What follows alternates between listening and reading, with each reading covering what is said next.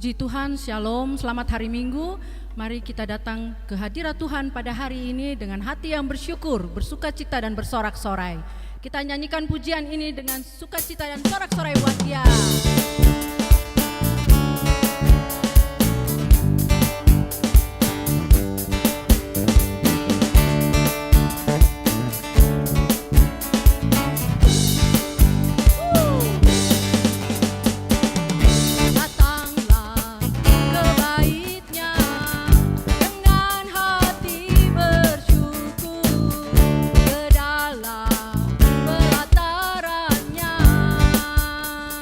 Dengan hati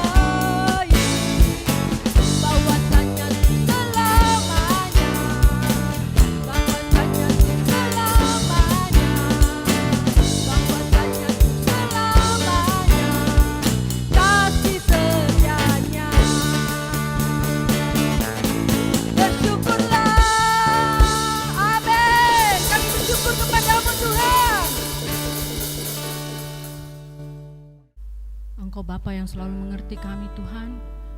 Kami bersyukur memiliki Bapa seperti Engkau yang mengerti isi hati kami. Kami menyanyikan pujian ini dengan segenap hati buat Engkau.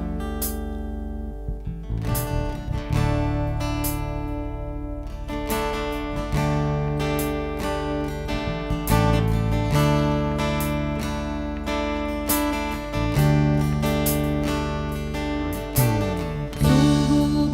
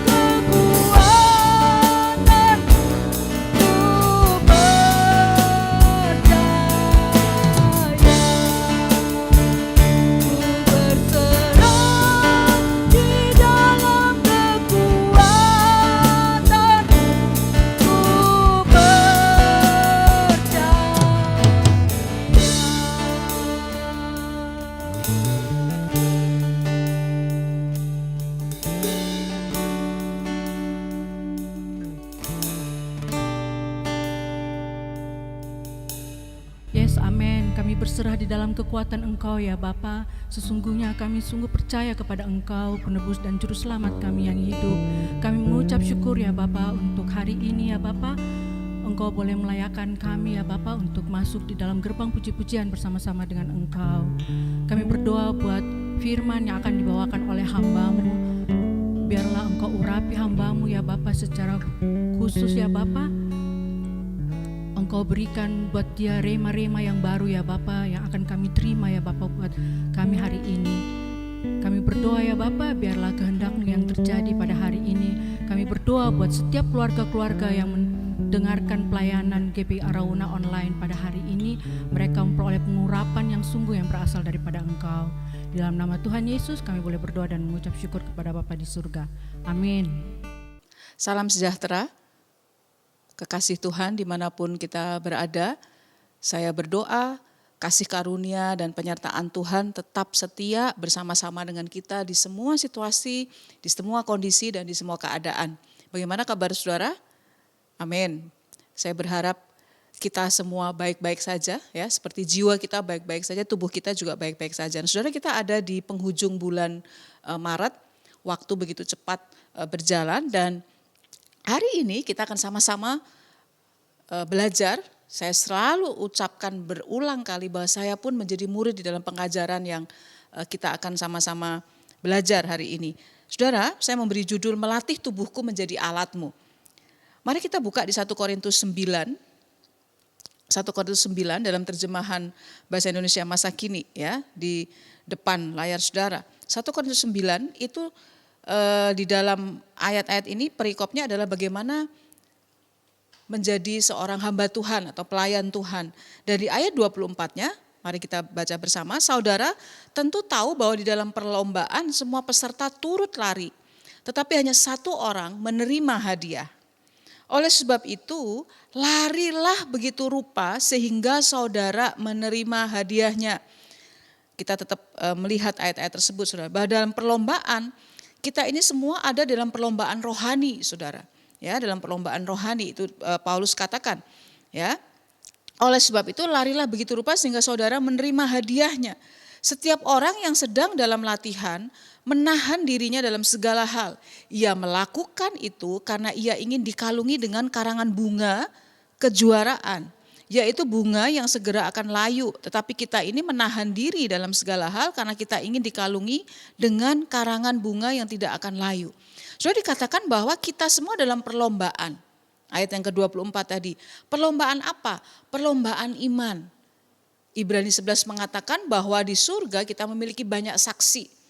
Mereka-mereka pahlawan-pahlawan iman yang sudah terlebih dahulu mereka berhasil selama ada di bumi ini. Dan kita sedang dalam perlombaan. Dan dalam sebuah perlombaan semua orang itu lari. Semua peserta lomba turut lari. Tetapi hanya satu orang yang menerima hadiah, ya. Sehingga kita perlu lari gimana caranya, ini diumpamakan pertandingan lari. Paulus menuliskan seperti itu. Dan gimana caranya lari sedemikian rupa supaya kita menerima hadiah.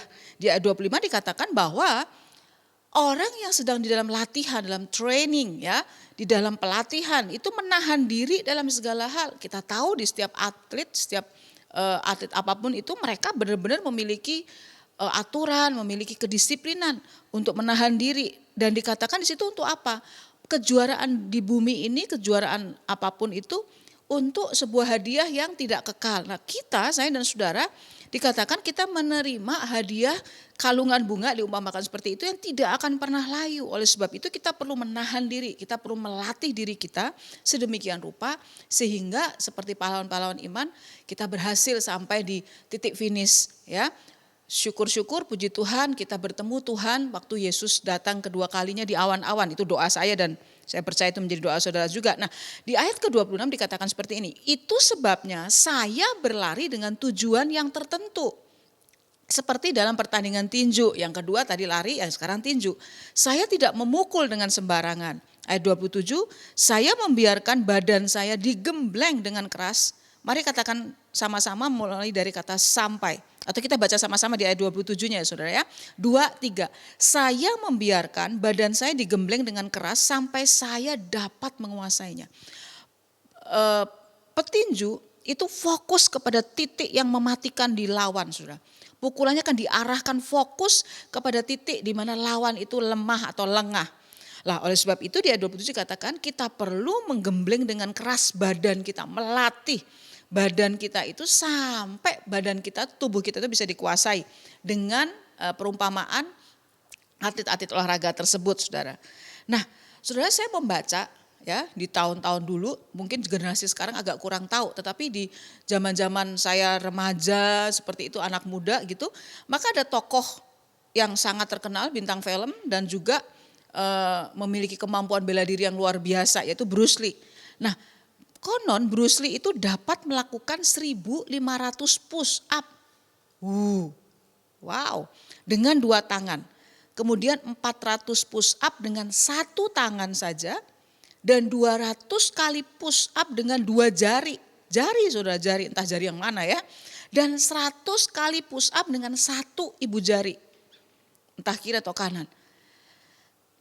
Saudara lihat badannya aja udah kotak-kotak tuh ya di bagian perutnya. Ini apa, 6 packs, kalau saya mungkin 1 bag. Sedangkan latihan yang seperti itu begitu luar biasa. Dan itu tidak mungkin diperoleh atau dicapai tanpa sebuah latihan, sebuah kebiasaan yang dibangun, sebuah kedisiplinan yang ditetapkan dalam dirinya. Maka Rasul Paulus katakan, saya menggembleng tubuhku sampai saya bisa menguasainya. Saya melihat orang-orang yang melatih dirinya. Di jemaat kami ada orang yang sangat konsisten, lari ya, bukan untuk penampilan tapi untuk mereka membangun ketahanan sampai tubuhnya itu bisa dikuasai, sehingga waktu dia cerita dia akan ikut perlombaan lari seperti itu, sehingga dalam lari jarak jauh tubuhnya itu bisa dikuasai, kecepatannya, keadaannya, sehingga di dalam jarak yang jauh itu bisa tetap oke, bugar sampai di garis finish. Jadi bukan lari cepat tetapi ketahanannya yang dilatih. Oleh sebab itu tadi Rasul Paulus katakan, aku menggembleng, melatih tubuhku dengan keras sampai aku bisa menguasainya. Saya berdoa kita semua dalam keadaan kesehatan tubuh yang prima. Amin, katakan. Nah, saudara, cara terbaik ya. Saya menuliskan ini di depan saudara. Cara terbaik melatih tubuh kita, tubuh saya dan saudara adalah dengan melakukan sesuatu yang terbalik. Katakan sama-sama, terbalik. Cara terbaik dengan cara melakukan terbalik dari apa yang sangat disukai oleh tubuh kita. Dalam pengalaman kehidupan, untuk melatih kesehatan atau melatih tubuh saya, maka cara terbaik melatihnya adalah dengan melakukan sesuatu yang terbalik, opposite dari apa yang tubuh saya itu sukai. Contoh, saudara, saya pernah mengalami mah yang sangat akut ya, sampai pendarahan. Saya suka sekali makan manisan. Saya justru tidak suka makan daging, tapi suka makan buah. Nah, salah satunya adalah manisan, yaitu buah yang sudah diawetkan dengan gula yang tinggi. Waktu saya mengalami itu, saya kemudian mendapati, setelah dicek semuanya, diobati, memang tidak bisa. Jadi buah yang asli itu enggak apa-apa, tapi begitu buah itu diawetkan dengan gula yang tinggi, mengganggu pencernaan. Nah, bagaimana cara saya melatih tubuh saya? Apa yang saya sukai, ya si manisan itu saya harus hindari. Justru saya mengerjakan yang berlawanan dengan apa yang tubuh saya sukai. Saudara belajar sampai di sini, saya percaya dan saya rindu ini menjadi berkat buat setiap saudara yang bersama-sama dengan saya beribadah saat ini. Nah, saudara, ini berlaku di semua area hidup kita. Saya menyarankan untuk saudara membuka kembali khotbah saya di minggu kedua. Kalau engkau ada kecanduan, kau ada addiction, ada kekuatan rohani yang akan menolong kita lepas dari itu. Ini berlaku di semua area hidup kita. Alkitab katakan roh kita kuat tapi tubuh kita lemah. Oleh sebab itu tubuh kita perlu dilatih, katakan sama-sama dilatih, yes. Dilatih itu artinya sebuah proses, tidak langsung berhasil. Saya suka pakai kata belajar, belajar artinya bukan sempurna, tetapi kita menjadi lebih baik dari keadaan yang sebelumnya. Berlaku di semua area hidup kita, area apapun itu, kehidupan rohani, kita perlu melakukan yang terbalik dari apa yang kita sukai. Contoh lagi, saya memakai diri saya, sebelum banyak dipulihkan, maka saya mengalami kesulitan tidur, insomnia. Waktu saya baru menikah, tidur baru sekitar jam 1:30, jam 1 seperti itu. Tetapi saya tahu, saya bersyukur punya suami yang mendisiplin itu nggak boleh itu kesehatan saya akan terganggu, dan memang saya sangat tidak bugar waktu itu. Nah, karena saya suka melakukan itu, saya melatih diri saya untuk mendisiplin. Kadang-kadang masih kembali kebiasaan-kebiasaan untuk sulit tidur, tapi waktu saya melatihnya berlawanan dengan apa yang tubuh saya suka kerja di tengah malam, di malam hari, karena menurut saya otak lebih cemerlang seperti itu. Tetapi waktu tubuh saya menyukai hal itu, justru itu yang tidak sehat, dan waktu itu dilatih, maka dengan kekuatan rohani juga itu Tuhan pulihkan sehingga bisa teratur di dalam jam biologis, jam tidur. Nah, saya ulang, cara terbaik melatih tubuh kita adalah dengan melakukan sesuatu yang terbalik dari apa yang sangat disukai oleh tubuh kita. Intermezzo, saudara, ada orang yang gak suka makan, gampang sakit karena susah makannya. Nah, kita harus melatih, kalau orang lain harus ngerem makanan, maka orang-orang tersebut harus melatih untuk makan dengan benar, makan dengan sehat, makan dengan teratur. Amin, saudara? Yes, semoga yang mengalami itu bisa mengalami pemulihan saat ini, amin. Nah, saudara, di depan saudara itu ada beberapa hormon. Ya, bagi saudara yang belum mengetahuinya menjadi informasi yang berguna. Tubuh kita itu menghasilkan hormon kebahagiaan, istilahnya gitu ya. Obat anti bad mood, bete. Ternyata tubuh kita waktu bugar diperlakukan dengan benar memiliki 4 jenis hormon. Disingkatnya gampang, DOSE, D-O-S-E. Yang pertama adalah hormon dopamin, yaitu hormon hadiah.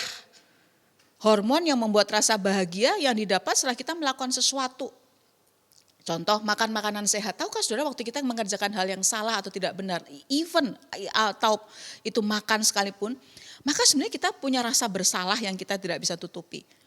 Oleh sebab itu saya seringkali mengurangi nasihat, karena sebenarnya orang-orang tersebut itu sebenarnya tahu waktu kita mengerjakan hal yang tidak tepat, termasuk untuk tubuh kita. Nah, hormon dopamin itu ada rasa bahagia didapat setelah kita melakukan sesuatu.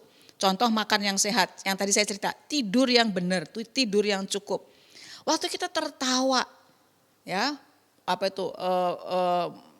ada di komunitas yang sehat, kita tertawa. Waktu kapan? Olahraga.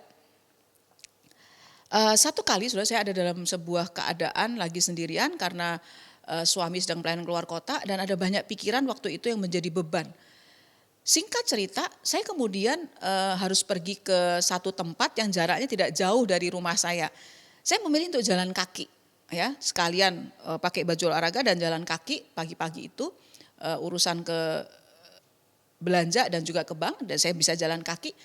Dan kemudian saya cerita kepada suami saya katakan begini, saya heran ya, saya nggak mengerjakan apa-apa, bebannya masih ada, tapi setelah saya jalan olahraga ada sebuah kekuatan yang bikin bahagia.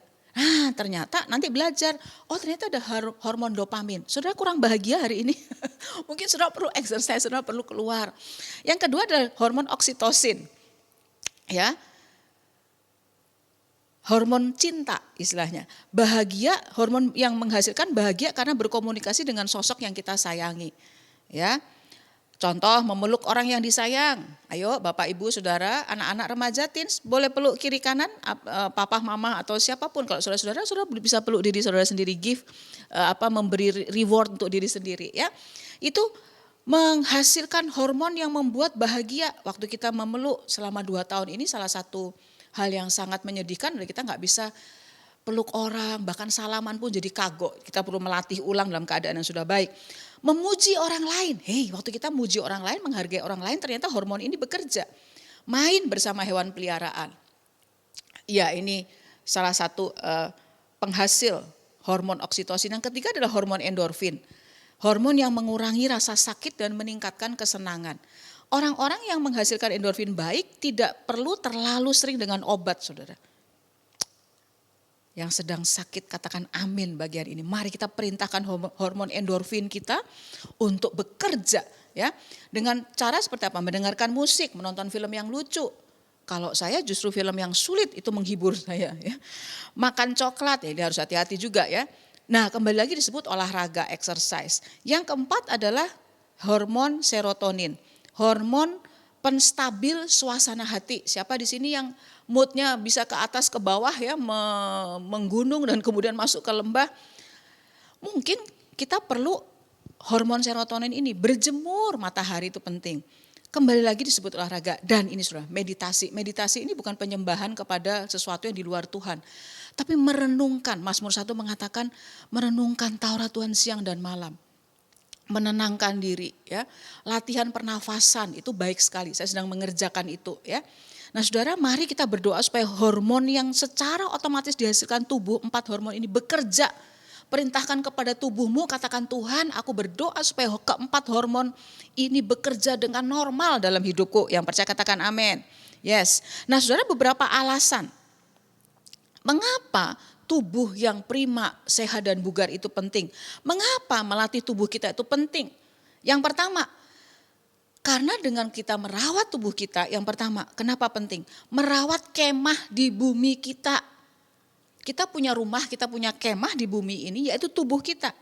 2 Korintus 5 ayat 1 mengatakan bahwa kalau rumah yakni tubuh kita yang didiami di bumi ini dibongkar, Tuhan memberikan tubuh kita ini menjadi kemah kita di bumi.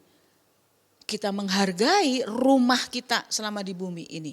Dikatakan pada satu waktu kita akan kembali ke surga. Kemah di bumi ini, tubuh jasmani kita ini digantikan dengan tubuh kekal. Tetapi selama kita di bumi kita perlu bertanggung jawab dengan kemah kita yang diberikan oleh Tuhan. Jadi merawat kemah di bumi ini. Saudara, Tuhan memberi, saudara mari kita baca sama-sama kata di depan saudara itu. Tuhan memberi tubuh yang harus kita rawat. Dalam hidup kita ini Tuhan memberikan apa? Tubuh yang harus kita rawat sama seperti pemberiannya yang lain. Contoh, Tuhan memberi uang yang harus kita gunakan dengan bijak. Tuhan memberi hubungan yang harus dipelihara. Tuhan memberi waktu, itu juga anugerah Tuhan yang harus dipakai dengan efisien. Nah sama dengan itu semua kita perlu merawat, menjaga tubuh yang kita diberikan oleh Tuhan. Saat kita memelihara tubuh lewat gaya hidup yang sehat, mari katakan sama-sama, kita sedang menghormati Tuhan, Sang Pemilik tubuh kita. Ingat, tubuh kita adalah rumah Roh Kudus, bait Allah. Alasan yang kedua, sudah banyak alasan tapi kita cukup beberapa saja. 2, kenapa kita mesti sungguh-sungguh menghormati, merawat dan menjaga tubuh kita supaya sehat, saudara. Yang kedua, untuk melayani orang lain.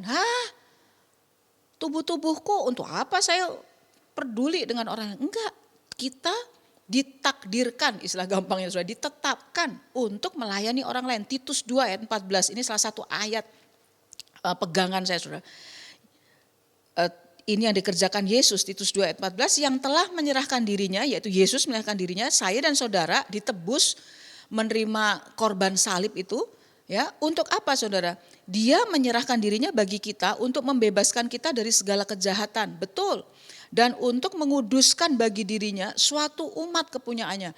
Kita dibebaskan dari dosa. Engkau yang belum terima Yesus, mengundang Yesus masuk dalam hatimu. Saat ini mari undang dia. Dia yang sudah mati bagiku dan bagimu. Terima dia, jadikan dia Tuhan dan Juru Selamat, setia kepada Tuhan Yesus. Ya, itu dipakai korban itu untuk apa? Kita akan masuk ke minggu-minggu Paskah, ya. Yang pertama, korban salib itu untuk membebaskan kita dari dosa, dari segala kejahatan.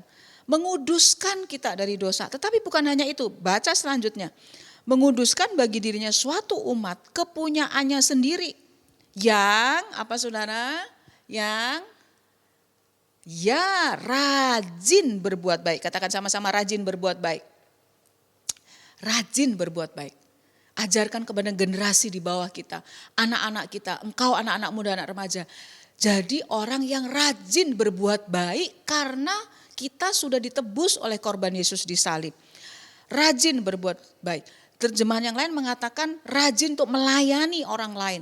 Rajin mempergunakan karunia kita, apa yang ada dalam hidup kita untuk melayani orang lain. Saudara, kita bekerja dan melayani orang lain, melakukan pekerjaan baik yang tadi Tuhan mau, saudara, akan maksimal. Kapan? Ya, yang penting rohani, yang penting pengampunan dosa, betul itu. Tetapi kapan pekerjaan baik itu akan maksimal? Jika saya dan saudara sehat dan kuat, sekalipun usia kita bisa bertambah. Wah, saya bersyukur tidak banyak orang yang percaya dan jadi banyak orang yang tidak percaya kalau saya sudah melewati usia 50 tahun, saudara. Asik begitu ya, sekedar intermezzo. Jadi sekalipun usia kita bertambah, kita akan maksimal jika tubuh kita sehat. Ya. Contoh, saya dan saudara, atau kita memakai tangan kita untuk melayani musik. Selama pandemi kita harus online. Pelayan musik kita komitmen, pelayan pujian kesembahan penyembahan kita komitmen. Mulut kita untuk menyampaikan Injil, kabar baik, memberi harapan kepada orang lain. Mampu bekerja dan berbisnis. Catat ini, tubuh kita adalah alat di tangan Tuhan. Di minggu kedua Maret saya katakan bahwa tubuh kita itu adalah senjata kebenaran. Saya katakan kepada anak-anak sekolah minggu, tubuh kita harus dipakai untuk senjata kebenaran, saudara. Karena tubuh kita adalah alat di tangan Tuhan. Yang ketiga, saudara, kenapa kita perlu melatih tubuh kita, menjaga tubuh kita sehat, bugar. Yang ketiga, ternyata tubuh yang sehat, benar mengelolanya, olahraga itu penting, exercise ya.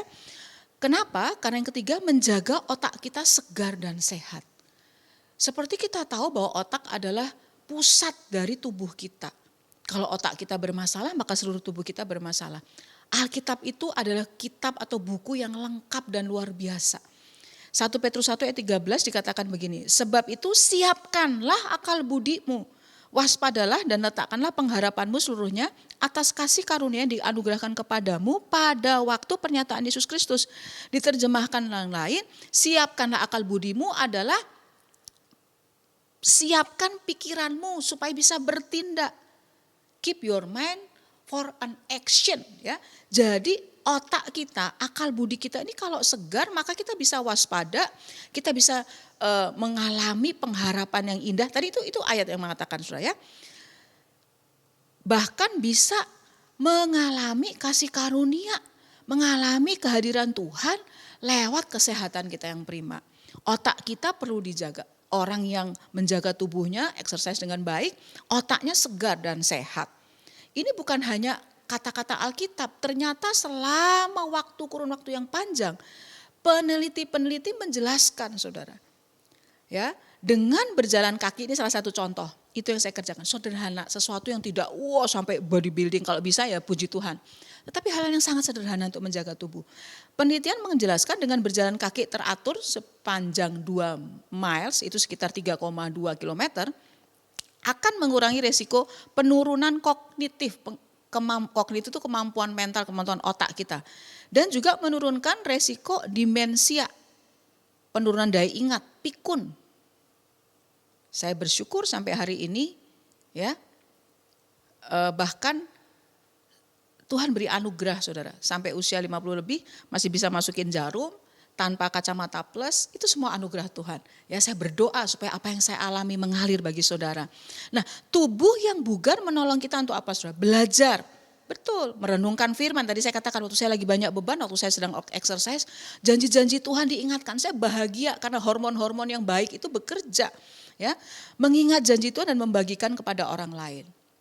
Mari kita baca sama-sama tulisan di depan saudara yang pikiran adalah senjata peperangan dan sumber pengambilan keputusan. Kalau otak kita bekerja dengan baik, sehat dan segar, pikiran kita itu senjata peperangan rohani saudara. Iblis banyak menaruh kata-kata mungkin tekanan atau keadaan atau situasi. Nah, waktu pikiran kita, otak kita ya secara fisik otaknya sehat, secara pikiran otaknya juga sehat, maka pikiran adalah senjata peperangan dan sumber dalam pengambilan keputusan-keputusan yang baik. Saya berdoa semoga kesehatan di dalam pikiran dan otak saudara terjadi di dalam nama Tuhan Yesus Kristus. Saudara, peneliti di Mayo Clinic, ini satu lembaga yang sangat dipercaya untuk kesehatan, menyimpulkan, ini penting saudara. Kenapa kita perlu melatih tubuh kita untuk apa? Nanti kita akan belajar. Saya mau buka dengan ini dulu. Peneliti di Mayo Clinic menyimpulkan bahwa orang yang aktif dan sehat beribadah, bukan beragama saudara ya, beribadah. Ya, saudara bisa buka khotbah-khotbah Bapak Gembala tentang ibadah. Saya ulang, menyimpulkan bahwa orang yang aktif dan sehat beribadah serta membangun kerohanian cenderung memiliki kondisi kesehatan yang lebih baik. Yang percaya katakan amin, yang rajin ibadah sekalipun online juga ya. Termasuk umur panjang. Dan saya kasih huruf besar di situ, lebih sedikit artinya apa? Bisa mengalami kecemasan dan depresi tapi lebih sedikit, lebih bisa tertolong. Yang percaya katakan amin ya. Lebih sedikit mengalami kecemasan dan depresi, bahkan untuk pemulihan kesehatan itu akan meningkat. Waktu orang tuh dekat. Ya nanti kita akan belajar satu ayat di closing saya nantinya. Jadi diteliti bahwa orang-orang yang sehat beribadah, menyembah Tuhan, beribadah dengan sungguh-sungguh, itu memiliki kondisi kesehatan yang lebih baik, termasuk salah satunya bonus umur, tetapi juga ini yang sekarang menjadi isu selama pandemi, saudara, lebih sedikit mengalami kecemasan dan depresi.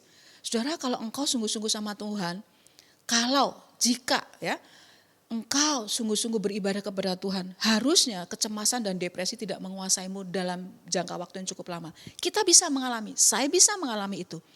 Tapi waktu kita bertemu dengan Tuhan, kita beribadah sungguh-sungguh, bahkan kesehatan jasmani kita juga meningkat. Kita lebih bisa mengatasi kecemasan, anxiety dan juga depresi. Ini yang saya mau katakan, train yourself, latih dirimu. Alkitab katakan 1 Timotius 4 ayat 7, latih untuk apa? Tadi kita bicara fisik. Fisik yang baik menghasilkan pengabdian yang baik kepada Tuhan. Latih untuk apa saudara? Train yourself, latihlah dirimu untuk beribadah. Latih dirimu untuk godly. Godliness itu apa? Saleh, katakan sama-sama saleh.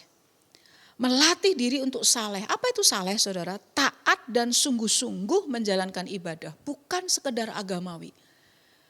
Bapak ibu saudara yang kekasih. Latih diri anak-anakmu untuk beribadah. Hidup saleh. Karena ini menjadi basic, menjadi fondasi kesehatan kita bahkan di jangka panjang. Apa itu? Saleh, taat dan sungguh-sungguh menjalankan ibadah. Saudara, untuk kebiasaan yang buruk, kita tidak perlu melatihnya. Saudara bisa sebutkan apa saja kebiasaan buruk. Enggak perlu dilatih. Dengan sendirinya akan muncul. Jadi untuk kebiasaan yang buruk kita tidak perlu melatihnya. Dengan sendirinya akan muncul karena tabiat dosa. Selalu menurunkan kualitas hidup. Tetapi untuk memilih kebiasaan benar, itu harus dilatih, saya ulang. Tetapi untuk memilih kebiasaan benar harus dilatih. Saya sering katakan dosa itu bukan hanya soal surga dan neraka. Dosa selalu akan menurunkan kualitas hidup saya dan saudara. You can mention that. Sebut dosa apa aja, enak, tetapi at the end pada akhirnya itu akan menurunkan kualitas hidup saya dan saudara. Ajarkan kepada anak-anak saudara. Engkau anak-anak muda, bukan takut kutuk. Kalau enggak melakukan dosa, enggak jaga kekudusan, bukan karena takut kutuk masuk neraka. Bukan hanya itu saja. Tetapi engkau akan mengalami penurunan kualitas hidupmu dan hidupku. Di area-area di mana dosa yang tidak diselesaikan. Saya sampai kepada akhir di pelajaran kita sama-sama hari ini saudara. Saya punya beban untuk dua hal ini. Yang pertama saudara, engkau yang sedang bergumul dengan fisik tubuh saudara. Saudara pada tahun 87 di usia yang ke-17 saya mengalami kecelakaan parah. Bukan waktu ngebut-ngebutan. Bukan waktu mengerjakan hal yang lain. Saya baru pulang doa semalam suntuk. Itu awal-awal saya bertobat mengasihi Tuhan sungguh-sungguh. Dibonceng, kecelakaan dan seluruh wajah saya menghunjam tanah dengan jalan dengan batu-batu gunung waktu itu. Jalan seperti itu kan di zaman saya tahun 87 itu. 8 gigi di depan saya ini gigi palsu saudara dan bekas operasinya masih ada. Waktu itu teknologi operasi plastik belum baik dan saya nggak mampu secara keuangan untuk melakukan operasi plastik. Apa yang saya kerjakan? Setiap hari setelah saya pulang dari rumah sakit kurang lebih 3 minggu ya di rumah sakit, waktu hari ke-14 saya turun dari tempat tidur, kaki saya itu sampai nggak bisa rasa. Hampir jatuh karena dokter katakan harus dilatih dulu. Apa yang saya kerjakan? Saya membaca ayat ini di depan cermin.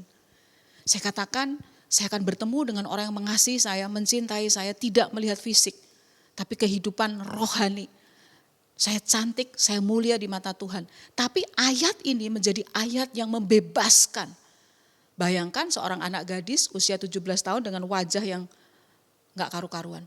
Bahkan ada jaringan-jaringan di bagian bibir saya yang hilang. Itu mujizat bisa tanpa operasi plastik bisa masih seperti hari ini yang saudara lihat. Saya tetap cantik. Amin, saudara. Ya, mari kita baca Mazmur 139 ayat 14.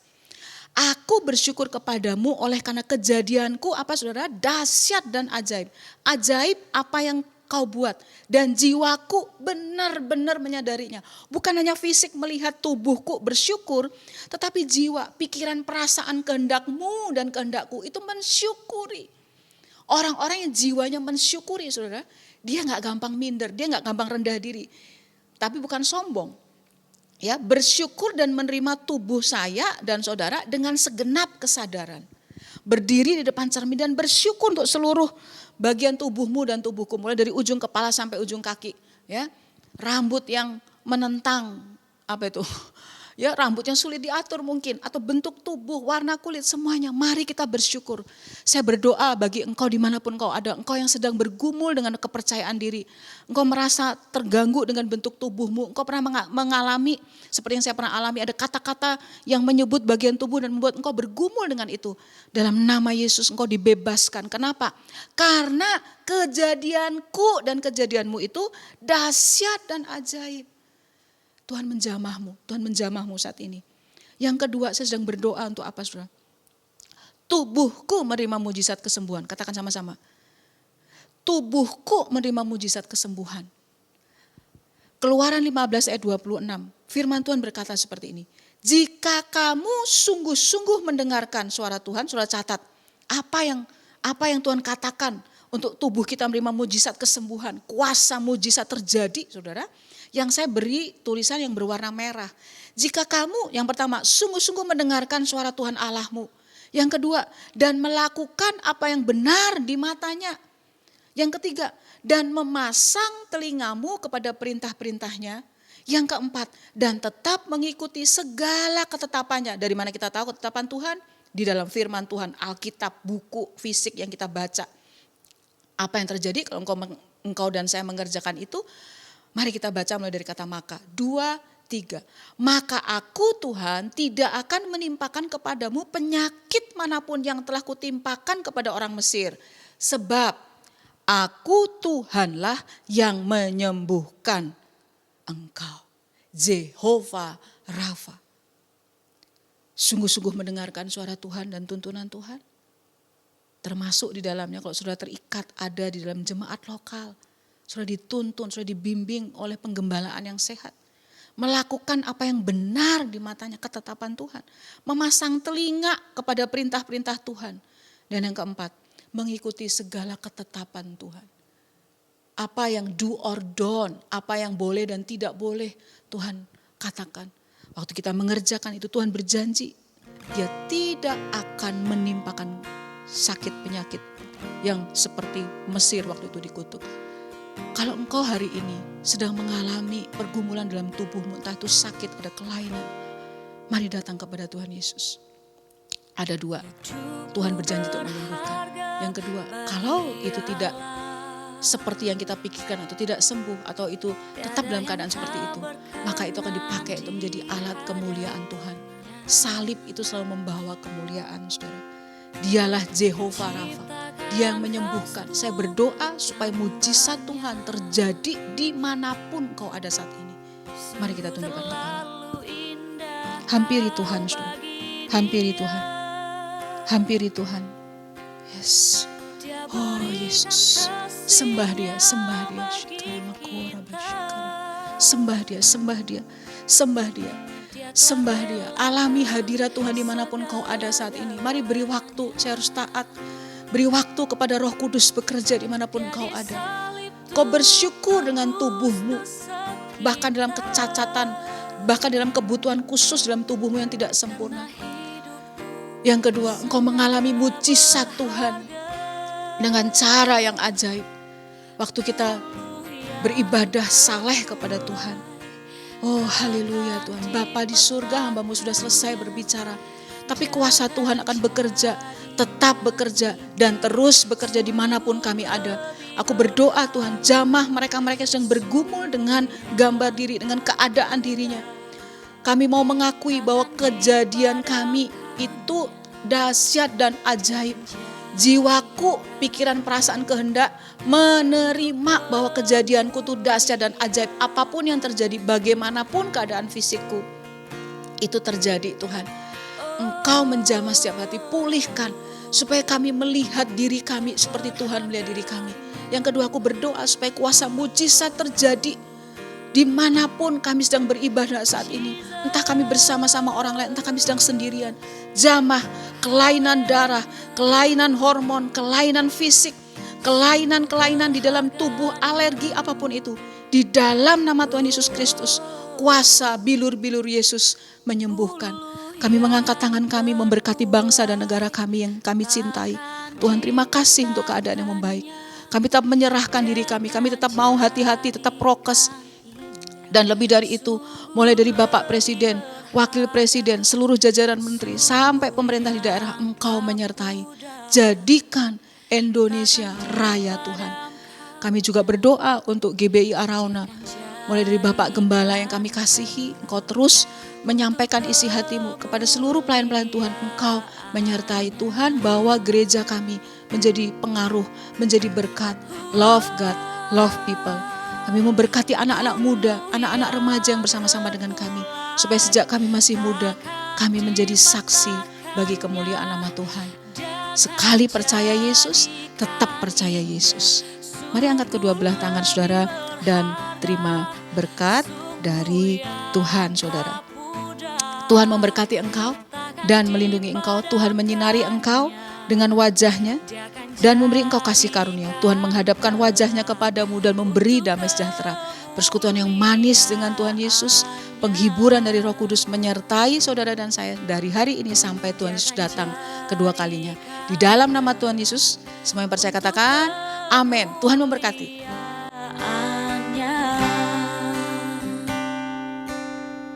Dia akan jadikan terang untuk